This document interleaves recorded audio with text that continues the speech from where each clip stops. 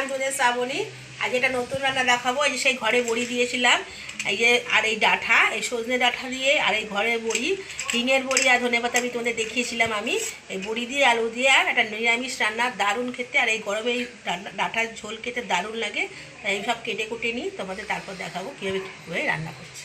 সর্ষের তেল দিয়েছি। প্রথমে আমি বড়িগুলো ভালো করে একটু লাল লাল করে ভেজে নিই। ভাজা হয়ে গেছে, একটু লাল লাল করেই ভেজেছি। এবার এগুলো আমি তুলে নেব।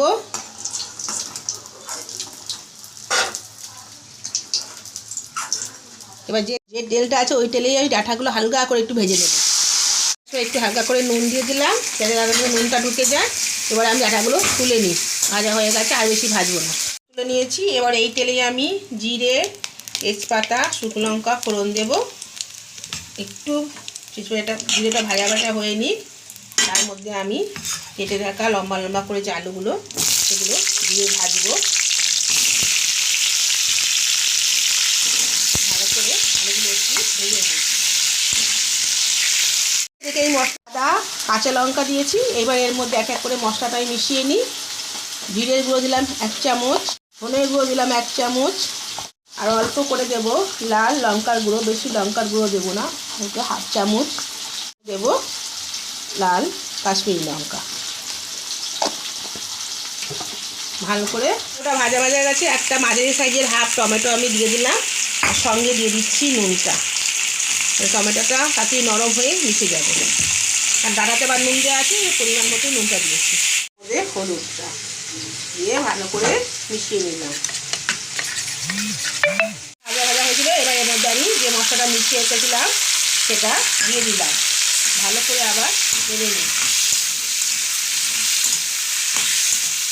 মশলাটা একটু ভাজা ভাজা হোক, তারপর জল দেবো।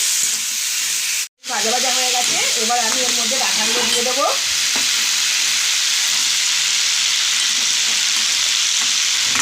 নেড়ে নিই, তারপর জল দেবো। জলটা দিলাম, মশলা ধোয়া জলটা। বাকি ঝোল রাখবো আর বড়ি দেবো, সেই জলটাও আমাকে পরিমাণ মতো দিয়ে দিলাম।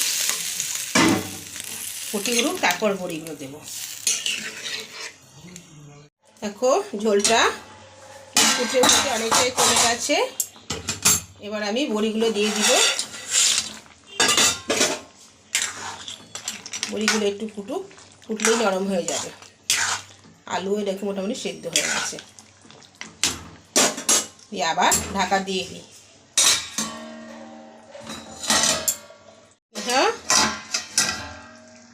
হয়ে গেছে আমার বড়ি আলুর ডাঁটার ঝোল। দেখেই বুঝতে পারছো দারুণ একটা নিরামিষ রান্না। এই গরমে এরকম হালকা ফুলকা রান্না সত্যি খুব ভালো। আমার তরকারিটা কমপ্লিট। এবার আমি তরকারিটা ঢালবো।